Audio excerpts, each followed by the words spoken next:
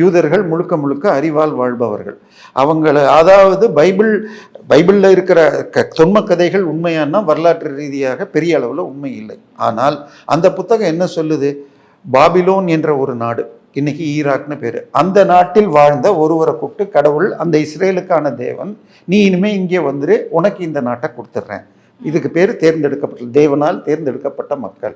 அந்த நாட்டை அவங்க பிடிச்சிக்கிட்டு அவங்க ஆட்சி பண்ணுறதாக கதை. பட் அவர்களை கிறிஸ்தவ மதம் வந்த உடனே வெளியேற்றி போக அவங்க யூரோப்பு, அமெரிக்கான்னு போயிட்டாங்க.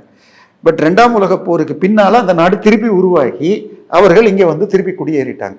சரி, அந்த நடுவில் இருந்த 1500 வருடங்கள் பெரும்பாலும் பாலஸ்தீனியர்களும் முஸ்லீம்களும் வாழ்ந்தாங்க. இன்னைக்கு இருக்கிற பாலஸ்தீனியர்களில் பெரும்பாலானோரும் ஐரோப்பியர்களும் மற்றவர்களும் தான், பாலஸ்தீனியர்னு பேரில் இருந்தாலும். ஸோ இப்போ அவங்க எப்படி வரலாம்? 1500 வருஷமா நாங்கள் வச்சிருந்தோம். அவங்க என்ன சொல்றாங்க? இந்த புத்தகம் எடுத்துக்க, உங்க புத்தகத்துலையும் அது இருக்கு, குரான்லையும் அந்த கதை இருக்கு.